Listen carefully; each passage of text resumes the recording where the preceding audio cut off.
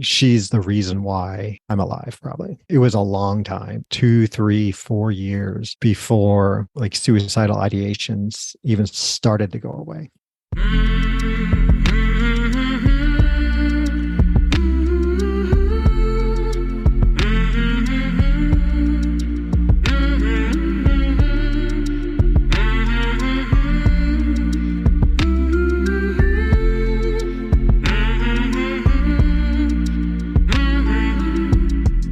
Hey there, my name is Sean, and this is Suicide Noted. On this podcast, I talk with suicide attempt survivors so that we can hear their stories. Every year around the world, millions of people try to take their own lives, and we almost never talk about it. We certainly don't talk about it enough. And when we do talk about it, many of us, including me, aren't very good at it. So one of my goals with this podcast is to have more conversations and hopefully better conversations with attempt survivors. Now, if you have joined me here on this podcast, thank you. If you are somebody who listens, I really, really appreciate it. If you are a suicide attempt survivor and you'd like to talk, please reach out. hello@suicidenoted.com, on Facebook or Twitter @suicidenoted. Check the show notes. There's all kinds of other things that you can get involved in if you'd like, including our membership. And help us out if you would. It will only take a few moments to rate and review Suicide Noted on the Apple Podcast platform. It helps people find it. And we want more people to find it because we hope by listening, they will feel a little less shitty and a little less alone. Help us out if you would. Now, we are talking about suicide on this podcast, and we don't hold back. We know that's not a good fit for everybody. So take that into account before you listen or as you listen. But I do hope you listen because there's so much to learn. Today, I'm talking with JP. JP lives in North Carolina, and he is a suicide attempt survivor. Mr. JP, how's it going, man? I'm doing all right. Just a couple of middle-aged white dudes in North Carolina talking about suicide. Let's just say what it is. Just like you expected 30 years ago, right? Yeah, man. I'm living the dream. Yeah. So just so everyone knows, it's JP in North Carolina. We're about 30 minutes away on a good day, I'd imagine, with no traffic. Something like that. It's people who found themselves with extra money and they want to live somewhere in expensive houses. Is that you? So my wife is the breadwinner and she does okay. Where we live, we are the poor people in the neighborhood. Number one, Thank you for joining me. No, thank you for doing this, man. This is great. 2, behind JP, over his left shoulder as I'm looking at him, there's words on a plaque of some kind. And on the bottom is what I can read in cursive writing, love you most, or is it I love you most? It's I love you most, yeah. So it's my wife's thing. It's when I say I love you more than the things that come between us. You know, it's a live, laugh, love kind of thing. So we know that you're in North Carolina. We know that you're capable of giving and getting love. I think we hope I'm capable of getting it. I'm really good at doing the motions of love, right? But I don't know that I feel it. Right. We're starting off this baby with some serious truth bombs. Love it. And before we get into this stuff and your stuff, what is or was your podcast about? It was Depressed Not Dead was the name of my podcast. It started out as like an audio journal kind of thing. I had done fun podcasts with a buddy of mine once before, and I was in a really dark place. Journaling wasn't good for me, right? I'd write stuff down and look at it the next day and throw it out, right? It's all garbage. And so it was a medium that was familiar to me.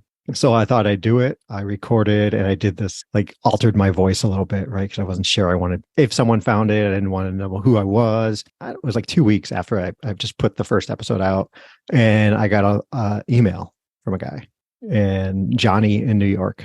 I'll always remember my first email.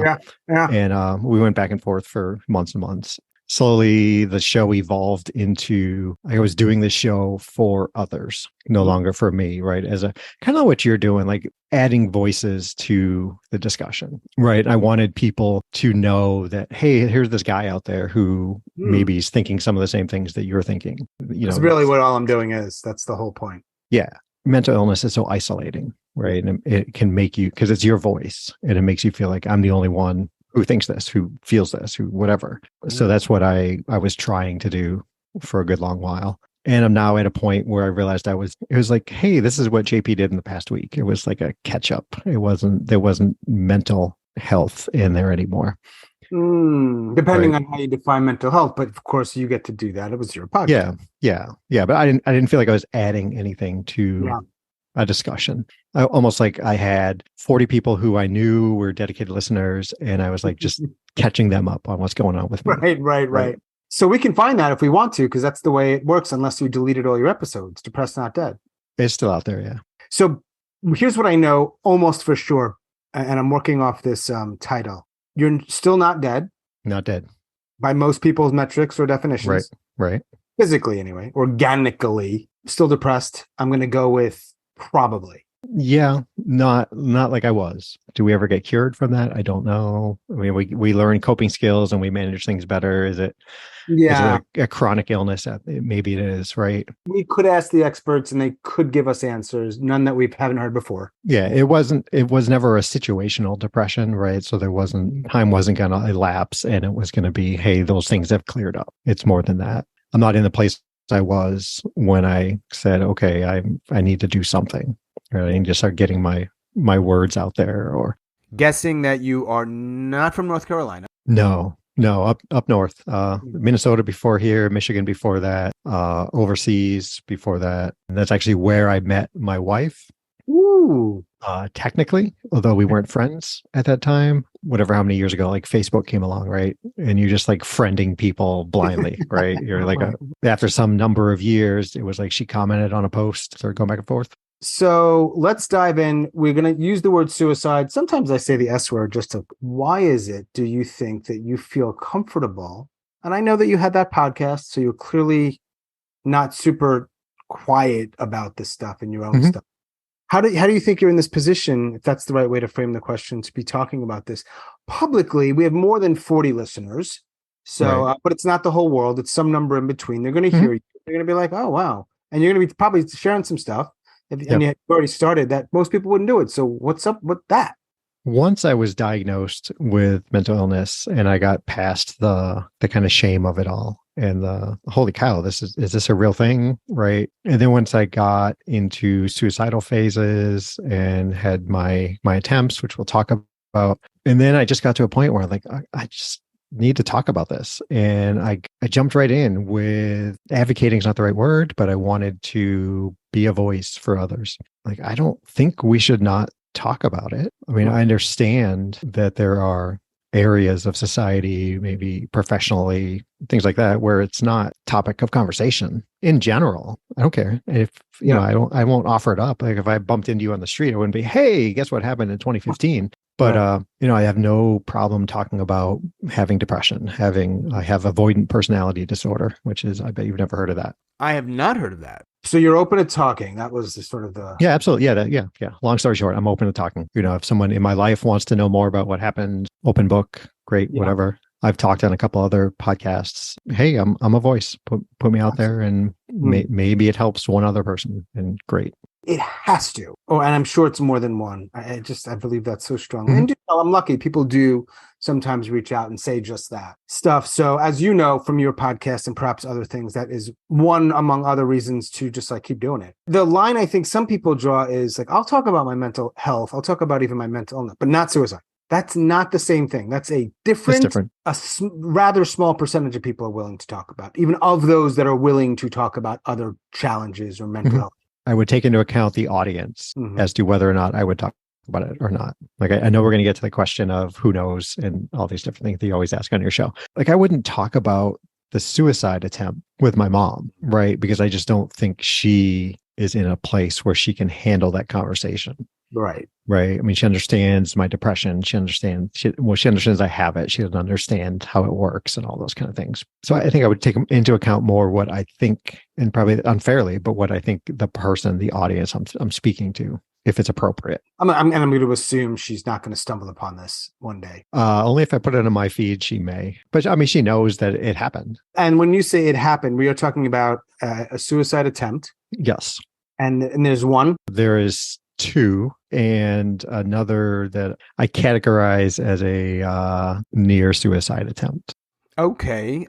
Tell me more. So married now, second marriage, right? So first marriage, we weren't really suited for each other, but we gave it a go. Things happen, right? People are people. Everybody's different. Things just got bad. No violence, nothing like that, but we weren't supportive of each each other, very different personalities. She was dealing with a lot of things. I was dealing with a lot of things. One day she's like, hey, maybe you should, see a therapist and talk to someone. And this was probably 2008, 2009, right? So that's whatever, 14 years ago. I'm 50 now. So 36, 35, 36, something like that.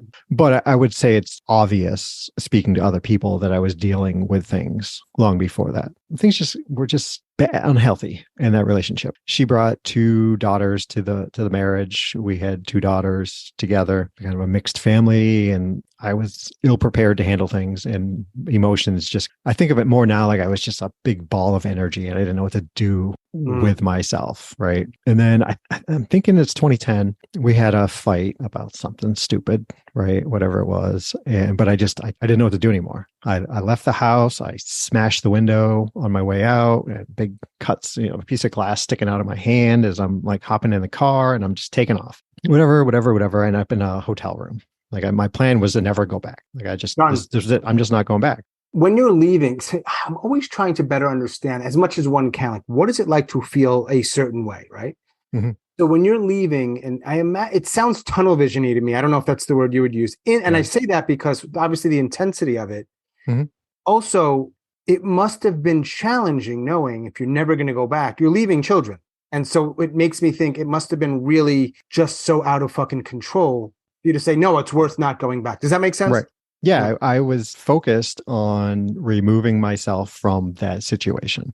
Right. I was confident, however, that everybody was going to be okay. I even told my ex-wife, my wife at the time, I was texting her, whatever. I was like, my parents will take care of you, right? You will be okay, right? I mean, my parents had moved; they were nearby. They're not rich, but family that's what mom and dad were about, was family, right? So you'll be okay. And I had thoughts of going to Washington State, right? And hopping on like a fishing boat, right? And, you hear stories about people like that who just like go off and they just northern and Pacific fishermen for a year. When you go to the hotel room, you weren't thinking about killing yourself. You were just thinking about leaving. Yeah. I was just thinking about going, like just not coming back. I didn't go far. I actually ended up, at 5 miles down the road in a hotel room. I got there and there was a coffee pot there. In my head, a little bit, I was like, it was a stereotypical like cry for help almost. Mm-hmm. I'm like, I'm going to smash this coffee pot. I'm going to take a piece of glass and I'm going to slice up my wrist and I'm going to send that picture to my wife. It turned into, okay, let me just see, can I really do this? It turns out I didn't have the stomach for it. That's not the right word, but I didn't have the gumption for it. Right. I was like, God, this is a lot harder than I think it is. But so I got to that point and I sent her the pictures. Then the next day, so she was freaking out and she called the police, right? She wants me to be safe. They did this whole sting operation where they found out where I was and the police came and got me and I went to the hospital and then I went to a psych ward for 3 or 4 days and then just moved on from there, right? I went and stayed with my folks for a little bit, slowly worked my way back into the house and we just kind of picked up where we left off. Really, nothing was resolved. Nothing was better. Nothing was different. You had said earlier that she had asked you to go to see somebody. Mm-hmm. I did do that. I went and saw a therapist. Was diagnosed with major depressive disorder. Got in to see a psychiatrist and was put on medication, whatever it was, Celexa or something, whatever. We're going to give this a try, right? And that was before you ended up in that hotel room with the coffee. Correct. Then you go to the hospital and then the other kind of hospital and you stay. I'm always asking about hospital stays. How would you characterize those 4 days at that place? It was fine. I know it's it's different opinions from everybody, but I mean, I was there. It served its purpose for me. Like I was someplace safe. I was someplace where it was just me. I was taken out of the stressful situation and I was able to just kind of come back down, right? My thought process always was, hey, we were married. We're going to stay married. Like I had no clue. I had no idea how we were going to work it out, how we were going to figure things out. But when I wasn't that spastic ball of energy, like I don't know what to do. This is what we do. We're married. We have kids. I'm going to do what I can do to help raise these girls. So back in the house, and we're sleeping in different rooms now. And my two girls, my biological girls, were really young. So they, hey, dad just snores a lot. So he's sleeping in this other room. The older girls probably had a better idea what was going on. But I don't think any of them knew about the cutting and all that. So then my wife got a promotion, and she was going to move whatever, like 90 miles away. And she's like, I'm just going to go. I'm going to take the girls. And I'm just going to go. The 2 girls or the 4 girls? All four girls. And then I have no real memories of how it all worked out, but she ended up getting a house in this new town with a room for me. And I ended up going. So we were living as we were co-parenting, but we were married, but we were not married, right? We were not a couple. Part of it, I think it was she recognized the value in having me as part of the family, just not as a husband. And I don't begrudge her that. I was not offering up. I was not husband material at that point. Right. So we were just doing our stuff. She was doing her thing and I was doing my thing. And I wasn't any better than I had been before. I was still dealing with all the same issues, undiagnosed with the avoidant personality disorder and, different medications and different therapists and things like that. Working or can't work? I was working part-time when we moved up there, and then I was offered a full-time position. So I took a full-time position. Not so much that I wanted to, but because I felt like if she found out that I could have had full-time employment and full-time money coming into the household, that would not sit well with her. So 2013, I decided, hey, I need a vacation. I need to get away. Always loved the Grand Canyon. Stopped by there once when I was just graduated high school, went on a round the country car trip with a buddy of mine from high school. And we saw the Grand Canyon for like 30 minutes, right? We're like 17 years old and we're like, okay, we're just going to see as many sights as we can on this trip. And I wanted to go back. So I went back and I didn't realize at the time, but I planned this vacation over the time period of my firstborn's birthday, which isn't me at all. She was my identity, right? I mean, it's like the whole thing, like daddy's little girl. I was the little girl's daddy. My like all my emails and stuff at the time was her name, daddy. Like that was me. But I was out there. So I stayed in Las Vegas and then I spurred out from there. I went to Redwood Forest. So it was a birthday and I'm at the Grand Canyon and I'm sitting on this cliff. It hadn't registered to me that it was her birthday. Like it was just a day, a Tuesday, whatever. I don't know. And I get to thinking, I wonder how far it is down to the bottom of here. And so I picked up a rock and I kind of tossed it off. And then I counted how long before I heard it hit. Physics was my favorite subject in high school. So then I'm like, okay, it's whatever it was, 11 seconds. So I did the calculation. If I were that rock, how fast would I be going? Hey, I could do this. All I got to do is stand up. Yeah. 11 seconds would be a long time to be thinking, but yes. It would be a long. I think I looked at my phone or something. I saw the date. I was like, oh crap. Like this can't be the rest of her life. Your birthday and your dad died. He took his own life on your birthday. I sat there a little while longer, took a picture with my legs kind of hanging out over the cliff, turned around and went back, drove back to Vegas, went to the hotel room. I don't remember if it was the next day or the day after that I came back. I credit, she didn't do anything to save me, but her existing saved me in that instance, right? Yeah. And, it makes me wonder how many people are in I'll call it a similar situation, Sure. What I mean? And they don't have that thing and they jump. Yeah. Or didn't look at their phone, right? Not a tiny number of conversations where it seems like the difference of someone dying and not was this person just happened to come home.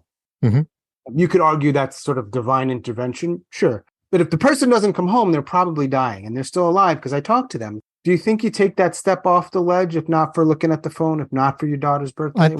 Probably, yeah. But it wasn't ever, we call it a crisis mode, right? Like you're in crisis. And it never felt that way. It was just like, okay, it's time. Like I'm going to do it. I think that's probably more often the case. Yeah. I think when you're done, you're done. You're tired. You're just sort of resigned. Mm-hmm. Anyhow, so you go back to, is this the Midwest? Yeah, Michigan. 2014 comes. And that's I dubbed that the year of JP. Thanksgiving before that, so 2013. I remember why. I was buying clothes, right? And I was in the dressing room and I saw myself in the mirror and I'm like, holy crap, you're fat. Dude, what's going on? And so it just clicked. And I was like, okay, well, that's it. I'm going to start dieting. Whatever, just one of those things, right? A moment of clarity. I'm going to start dieting. Started losing weight. Decided, hey, I'm feeling better. I'm going to start running. So I'm going to run, right? The year of JP. Here we go. The year of JP. Yeah. And that's actually what brought Nora, my wife. That's what, like, the first, I told you, she commented on a Facebook post and it was about running, and she's into running. And so that was what started it. And so now I'm running more and doing different things. It was March 21st, 2014 was our first Facebook message. And are you still cohabitating? With my wife? Yes. Yeah. I was still legally married. So Nora and I are starting to talk. We get a lot in common. 2 kids of her own, very similar ages to my 2 biological girls. Just weirdness. Like, she was divorced, but her husband was living at the house for financial reasons. So there's like all these like similarities kind of things.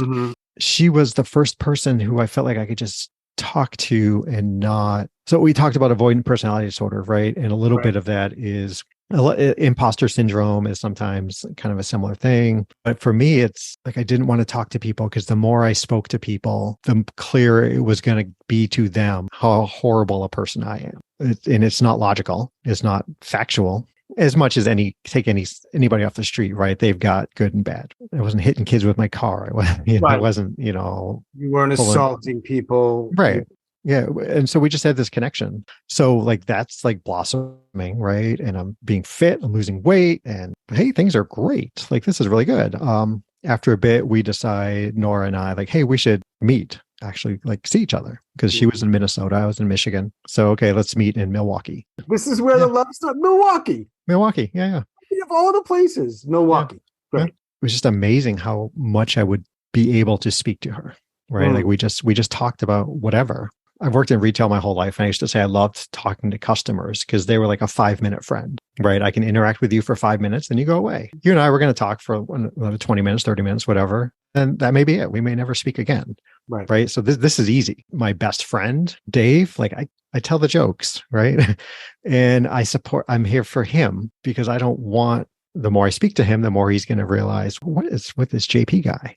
Like, what's the story? But with Nora, it was just like, no, let's just talk. Then I ran my first half marathon, November, and did really well, glad to say, but whatever that means. And then I had no more goals. Mid-summer to the half marathon, that was the goal, right? Actionable. I was moving towards that, and it was done. And I found myself without a goal. The darkness kind of crept back in, right? And I started being more down and a little more withdrawn from Nora. And it was some of that because it was like, hey, let's meet in the UP, the Upper Peninsula of Michigan, and camp for like, a long weekend. So we would do that. But then she's got to go away. I've got to go back home. This is this fabulous person who it seems like I'm always just parting ways with. And it's still in the same house. I got my girls, all 4 of the girls, and they're all fabulous and wonderful, but don't talk to them because then they're going to realize what kind of a jackass their dad is about, things. You need stuff. I'm all about you. Great. You need this, you need that, you need encouragement, you need help with homework, you need to go somewhere. I got you. I am like super dad. And then one day I was just getting in the shower, and in my head, I thought, if I wasn't here, it wouldn't feel like this. Freaked me out. And I worked for Home Depot at the time. And I went to my boss. I said, dude, I need like some time off. I need to like focus. I don't know what's going on, but I need to like get help. And worst mistake I ever made, because now I'm just like sitting with myself all the time. Right. I mean, I went to go see a therapist, and my family physician gave me a prescription, Wellbutrin. And he's like, okay, we'll do this. So we'll put you on this other antidepressant. Really helpful guy. And he's like, okay, we'll do this. And therapist, I think I saw one therapist, and she's like, well, I'm really big into crystals. Nope, I need someone else. It's not gonna do it. But other than that, I was like in my room watching TV. I didn't have a race to train for, so I wasn't running. Regained my love affair with iced cinnamon rolls, right? And I would just eat cinnamon rolls. Gain some weight. Yeah, it just got worse and worse. But I was on this short-term disability, and that's got a time limit, right? Return to work. And I'm up against that. I'm like, I got to go back to work. Like, what am I doing? And the doctor had given me the Wellbutrin, and that kind of, that perks you up a little bit. So I went back to him and I said, hey, I looked into it and he was on 150 milligrams or whatever. And like the maximum is 450. Would you be willing to pump it up to 300? And he's like, okay, yeah, sure. And he wrote me another prescription. They sent it off to the pharmacy. And all the while, I'm like researching ways to kill yourself. When you did the hotel room with the glass, mm-hmm. Earlier it said something about there was kind of two and then one that was sort of an almost. Was that the almost? So the almost was the Grand Canyon. The glass, I would consider that a suicide attempt. I didn't follow through with. Sometimes people give me shit for this, but I say, look, you get to decide what an attempt is. And now in 2014, you're on the drugs, you're off work, you got to go back, you are researching, Googling, doing something. Yep, looking for different ways that, the typical like pain-free ways or, less mess because am I doing it in the house? Who's going to find me? I'm trying to be a polite suicidal ideator, right? And then I go to the pharmacy to pick up my prescription and they had refilled my original prescription and then filled the new prescription. Mm-hmm. So I found myself with just a buttload of Wellbutrin because there were 90-day supplies. Oh, shit. Right. So I had 450 milligrams for 90 days. So of course I run home and I look up what's a lethal dose of Wellbutrin. Okay. And you're at home. You wanted to figure out a way where like people might find you. Someone's going to find you. Yeah. But so I didn't do it at home. In another weird, so me and birthdays, I don't know what it was. This is my mom's birthday now. Now we're in January 21st, 2015. I hadn't planned it out, but I got up, I took the girls to school, said, okay, I'll see you after school. Went home, emptied my wallet, took my SIM card out of my phone, hopped in a car, drove across the state of Michigan to Grand Rapids, Michigan with all my medication. Grand Rapids, is there a reason? No, I don't know. No, Grand Rapids for anything.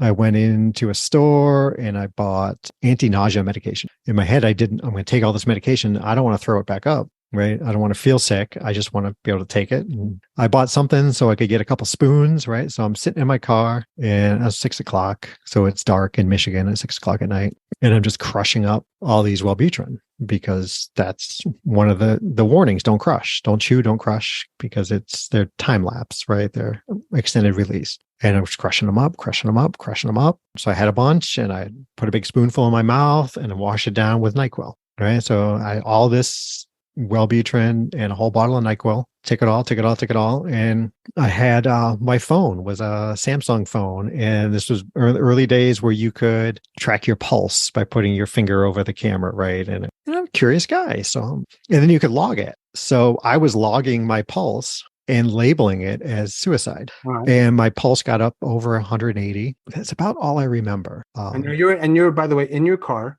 In my car. Yep. In a parking lot somewhere? In a parking lot. Yeah. Parking lot of a Meijer, which is like a super Target kind of thing. Oh, wow. There can be something bigger than Target? Yeah. Yeah.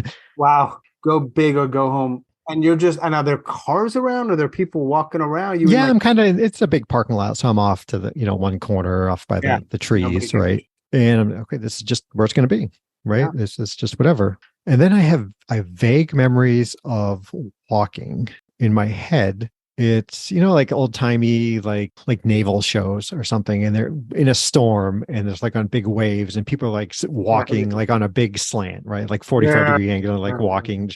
That's how I remember it feeling, how I was walking. You might have been walking that way. I may. Yeah. I don't know. I don't drink, so I don't know what it's like to be drunk, but I imagine there's some of that, right? I mean, I don't know. And then I wake up in a hospital. So it was the 21st that I did all that.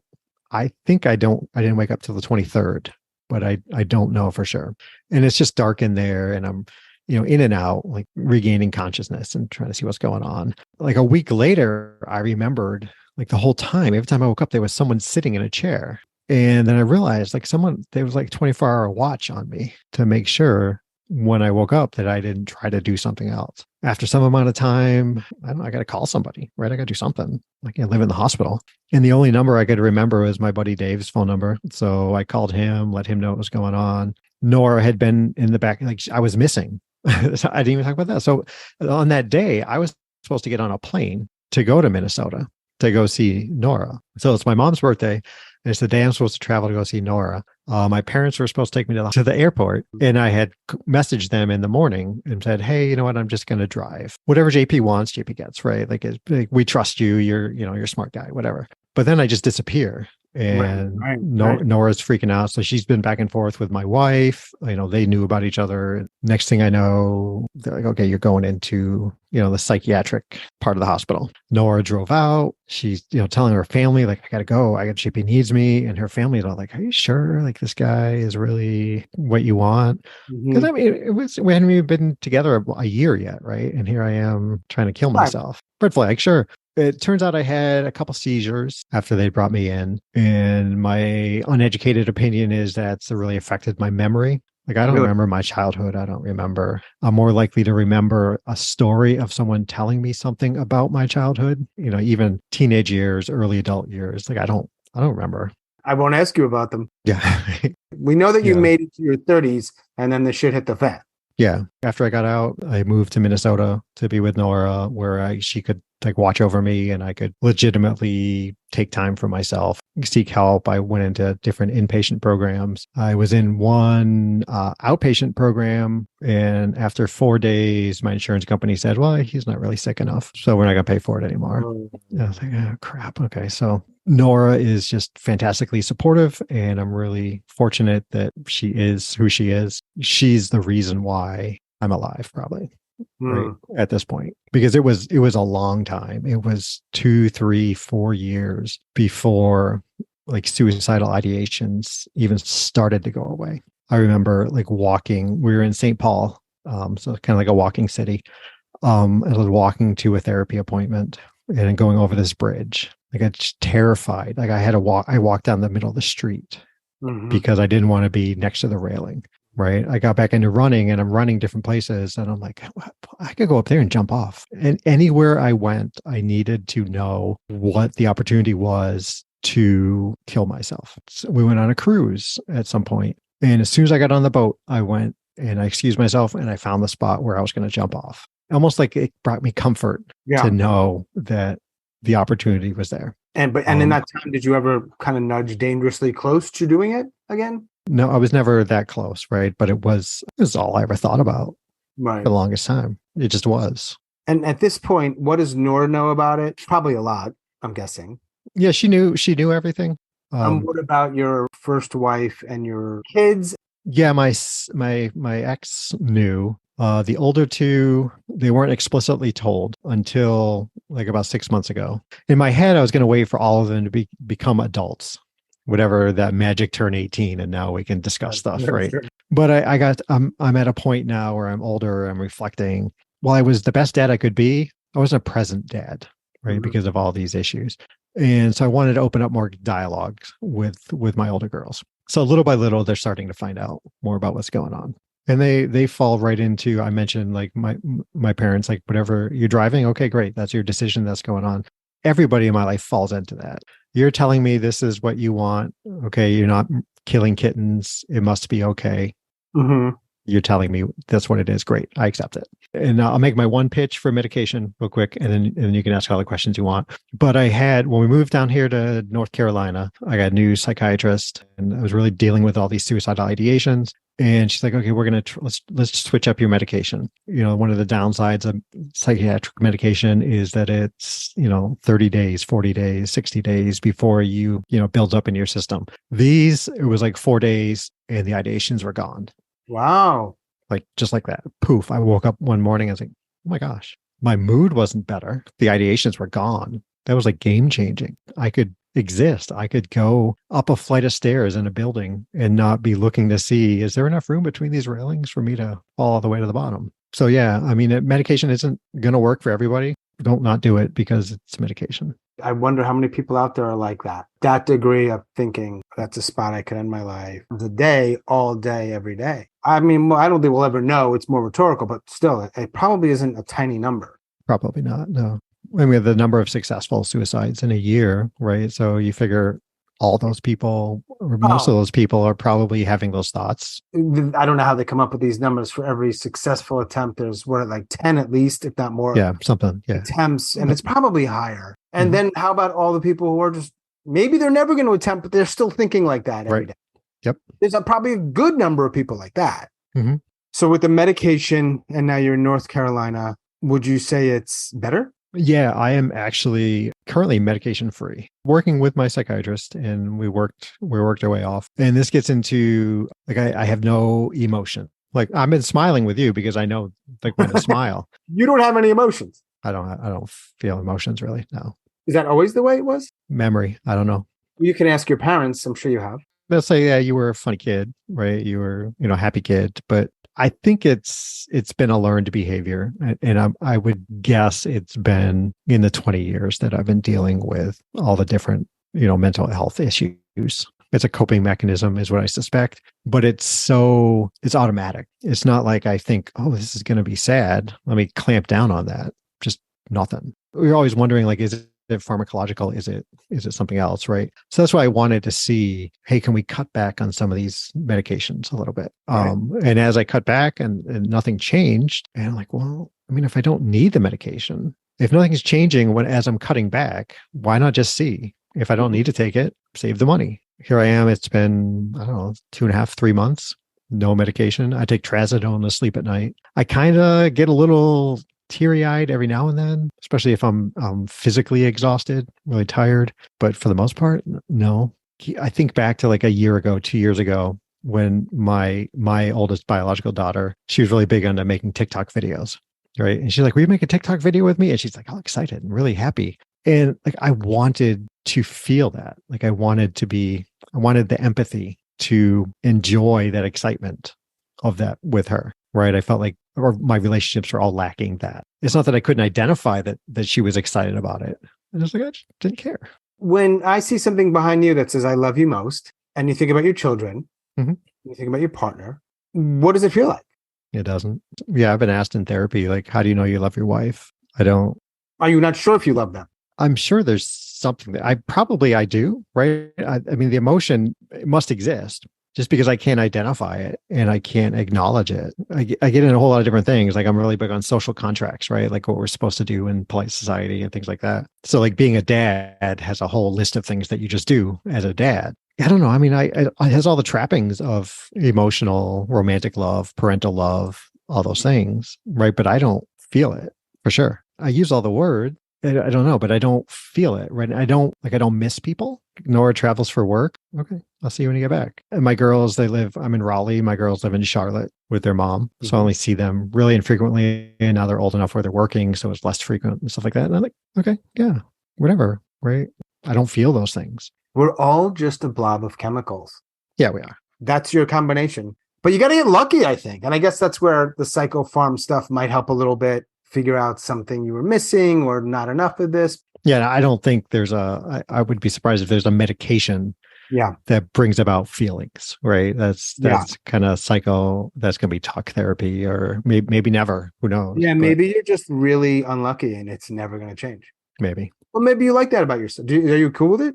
I'm okay with it. It's funny because I use like the feel words, right? Like, I'll say, I feel this, because what are you going to say? But with the TikTok video, like I think that will only enrich the relationship for that person. It would enrich it for me too, but I can't comprehend how it would, because I don't have memories of that feeling. Hey, we're bonding over this positive emotion. Like, I don't. Oh, right. Yeah. The memory stuff must be massive.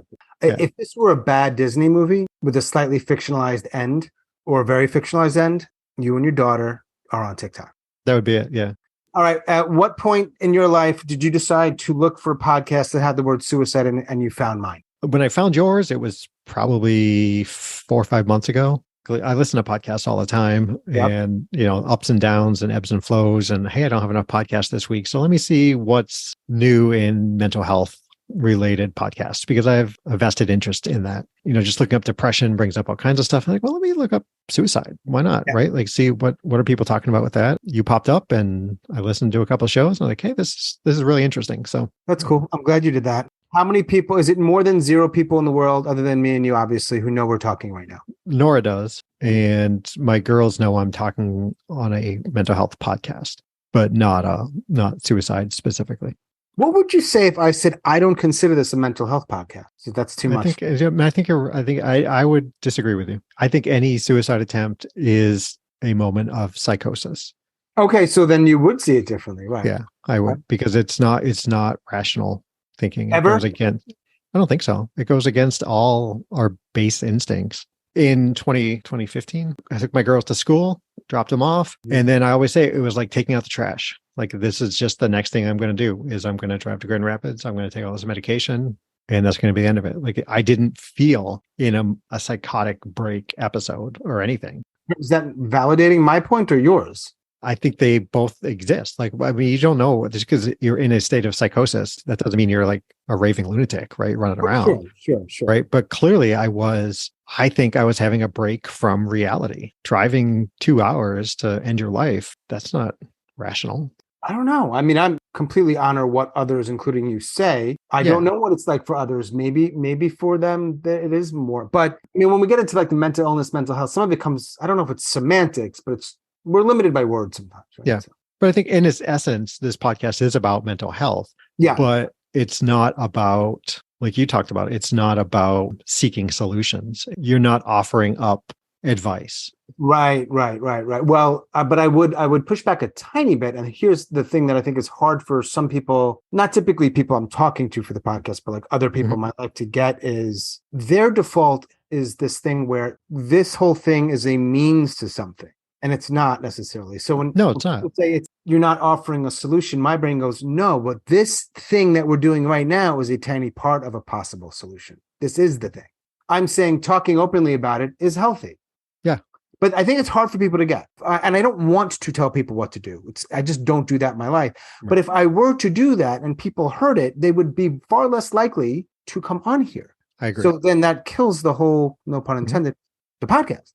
Right. You know, and maybe I'm wrong. I mean, I'm sure if I were that guy, there would still be people who would want to talk, because there are podcasts like that where there's experts and they tell you, and they still get guests, but it wouldn't have this sort of what I think is a rather unique thing going on, but I'm proud. I think you'd have a bigger audience, but the feel of your show would be different. Mm-hmm. And I don't think you'd be as happy about it. Yeah. So, and it's never going to happen. I mean, but an advice podcast is like a dime a dozen. I mean, I give people advice. Here's their advice. When you're talking to somebody who's in pain, shut the fuck up. Boom, do it. That's your advice for the day. That's all you got to do. 90% of the battle, you're talking too much. But they don't want to hear because I'm a little rough around the edges, they say, JP. So they're like, this guy's got to relax a little bit. Maybe I'll listen to him. I have a sense that there's a few people in your life who know what happened on those days, but not many. More than you think. Oh, because you have a podcast. You have a podcast. There may have been, in the throes of it all, there may have been like a Facebook post on like an anniversary of like, hey, this is what's happened. And I'm so grateful that I have Nora, and I appreciate your patience with me and all this kind of stuff. This would have been before my girls were on Facebook. So unless they've looked back, my suspicion is that my 2 younger girls know what's happened. I mean, they know I had the podcast. I had a blog. I had a website that went with it. I'm sure they've seen it. Kids are curious. And so they might know not just about dad's depression, but actual attempt or near attempts. Yeah. The last attempt probably is what all I've really focused on. Okay. I have a question about that. You said you left your car and you'd taken you drank, what was it, like NyQuil and a bunch of the medication? NyQuil. Yep. How did you get to the hospital though? What happened? With that walking thing, right? So I suspect I walked. At some point I just, whatever instinct takes over, and it's like, I need help. I'm guessing I wandered up to the store, and then you're in such a vulnerable position there though. Like if somebody wanted to hurt you, no problem. Right. Rob you, no problem. So, and the next week, I was troubleshooting the suicide attempt, right? I was like, well, I should have gone up like into the woods and sat in my car. I should have stopped the car. I should have gotten out of the car, thrown my keys into the woods, and then got back into the car and done all the stuff. Do you know why? Why I didn't do it again? No, why you didn't do those things to increase? I didn't think of it. I just didn't think of it. Right. Until I was troubleshooting it. Like, I gotta do this. I gotta be better at this. But a week after, you're still thinking like that. Like, I'm going to get it right next time, but next time hasn't come. Yeah. Oh, absolutely. So, and that was like 8 years ago. And I know you've moved house and moved state and Nora, and I know you were on the meds. Now you're not on the meds. You don't ideate, but do you think, you said you're 50? Mm-hmm. It's a fucking tough one, isn't it? I mean, how do you think you're going to die? Some whatever natural. But I'm smart enough to know that could all change.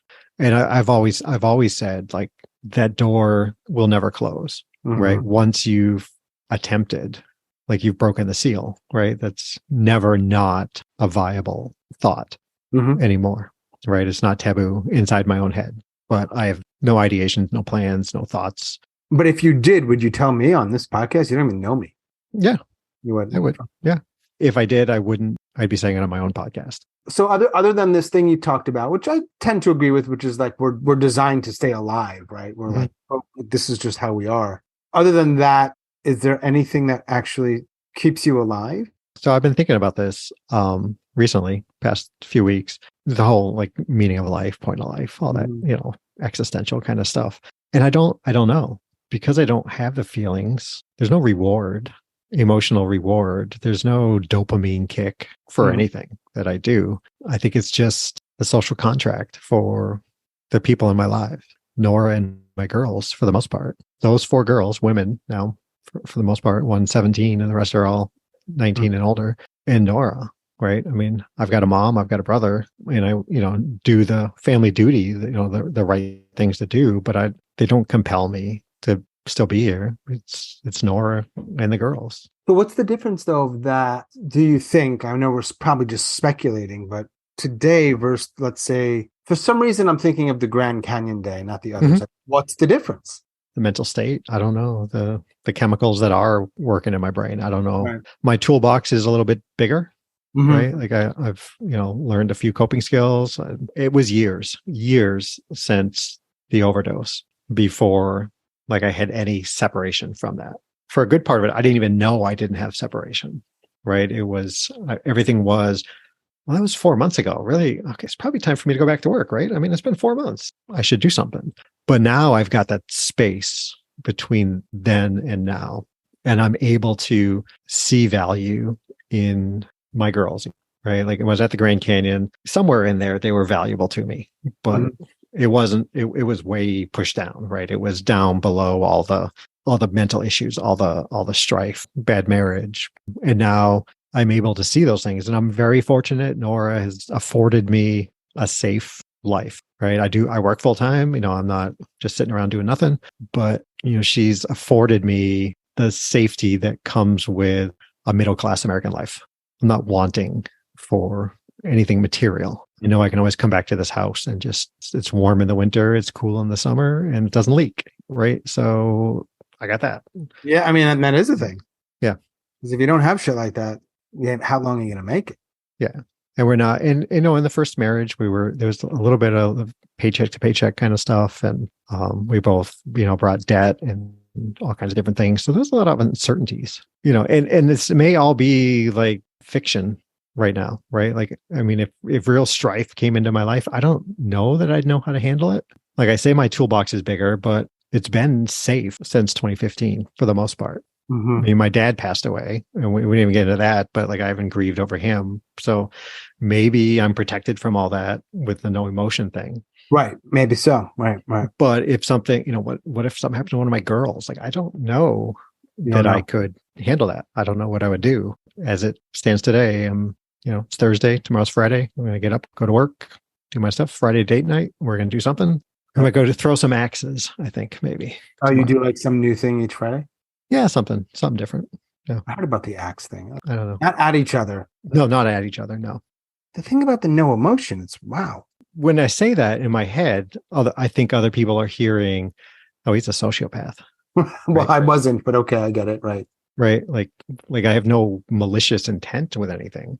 Right. I mean, my parents raised a good person. Just because I can't feel things at this point in my life doesn't mean I'm no longer a good person. I hold the door for someone because that's what you do. I don't get anything from that. Are there any myths around this stuff? It's a question I often ask. Myths that you want to dispel? Yeah, I used to have a bunch, but I don't. Did you forget them? Memory, right? I gotta ask you to write this shit down. I know, man. I know. One thing that I don't like hearing from people. So we're all on our own journey, right? Nobody owes me anything. I think the only people that we owe something to are our children, right? They didn't ask to be our kids, so we owe it to them. Nora doesn't owe me anything. My mom doesn't. I'm an adult now, so she doesn't owe me anything, right? I don't owe them anything. So when I hear people say like, "Oh, my mom is such an asshole because I can't talk to her about this," well, what's mom dealing with? Nora has never listened to an episode of my podcast. I have like 300 episodes. She never listened because she deals with anxiety. She deals with different things. And she remembers what it was like when I was missing. And that's very difficult for her to revisit. Well, I know if I want to talk to her about it, I can say, hey, we used to do like Tuesdays was like Dr. Nora therapy night, right? And we not Fridays. No, this was before date night. It became a thing, right? It's like nobody owes you anything. And it's not to say pull yourself up by your bootstraps, but be aware that the people who want to take part in your life and hear your story, you share with them. The myth is that no one wants to hear your story, right? There are more people who want to hear what's going on with you than you think. They may not be the people you think it should be. They may not be the people you think it would be, but somebody wants to listen to your story. Don't be afraid to put it out there a little bit. I mean, look for a group, right? Here in the US, like DBSA, peer led groups, right? Fantastic. Yep. Just go and listen to someone else talk. And then I know you're not a big fan of that sometimes. No, I am. I think it's I think there's a reason why people tend not to keep talking about it. That's my experience. Yeah. So, but I think what you're saying makes total sense. That's why I went to 12-step. I wasn't really an alcoholic. People were sharing honestly and no one said any stupid things back to them because that was the rules. Right. That was that little contract you agreed to. Yeah. The most you say back is thank you. I was like, this is interesting. Yeah. But it was powerful for you, right? Like the idea of letting somebody talk about something. I mean, in some ways, that's the sort of backstory. That's not the right word. One of the things that over time, I was like, I want to have a podcast and I want to do it this way. If I do what I'm doing well, and I don't always do it well, but sometimes I'm trying to like just create a space for someone to talk about something. Yeah. Yeah. And this is a space for that, right? I mean, I'm not going to go on a sports podcast and talk about this, right? So this is a place to have this conversation. And it, for the most part, I mean, it has the trappings of a safe space, right? I mean, this is you and I with safe space, right? I usually ask this question about like, how many people do you have in your life to have a hard conversation with? But I want to back up and ask, like, do you ever have that conversation? No, I don't want to burden the people in my life with those things. Like I could, like I absolutely know I could. It's like, hey, sweetheart, like, can we talk about something? And she'd be right there. And she's very insightful, very smart. And, and if she doesn't know, she's like, well, let's see if we can find someone who might have some ideas. My friend Dave, I know I could, but I never have. And I probably never would. That's probably it. I have a hang up for bothering my kids about things like that, right? I mean, my oldest is 27 now, so wow, I mean, she's an adult, right? But I have a hang up about I wouldn't bug her about any real deep kind of things, right? If I thought there was like a nugget or like a lesson in me sharing a part of me with her that she might benefit from, I do that. Yeah. But if it was solely like, hey, I need to talk about this for me, I wouldn't do it. Did it ever worry you, or does it ever worry you with your two biological kids? Every day. Yeah. So, I mean, I periodically, every couple of weeks, like check in.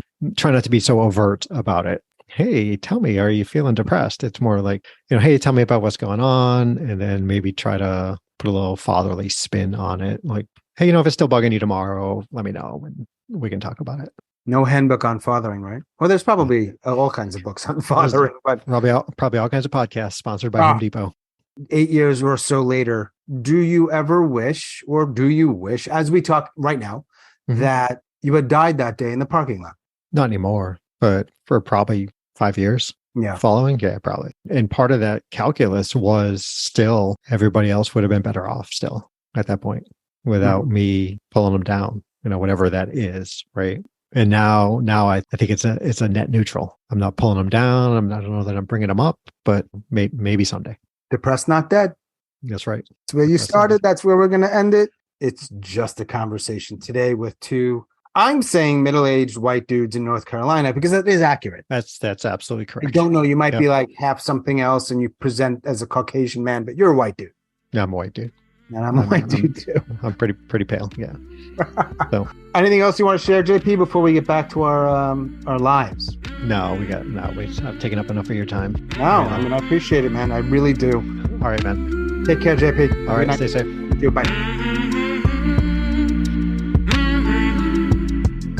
As always, thanks so much for listening and all of your support. Special thanks to JP, my neighbor here in North Carolina. Thanks, JP. If you are a suicide attempt survivor and you'd like to talk, please reach out. hello@suicidenoted.com, on Facebook or Twitter @suicidenoted. Other ways you can help, check the show notes. There's all kinds of stuff in there. Rate and review the podcast on Apple. It helps people find it. Thanks very much. And that is all for episode number 177. Stay strong. Do the best you can. I'll talk to you soon.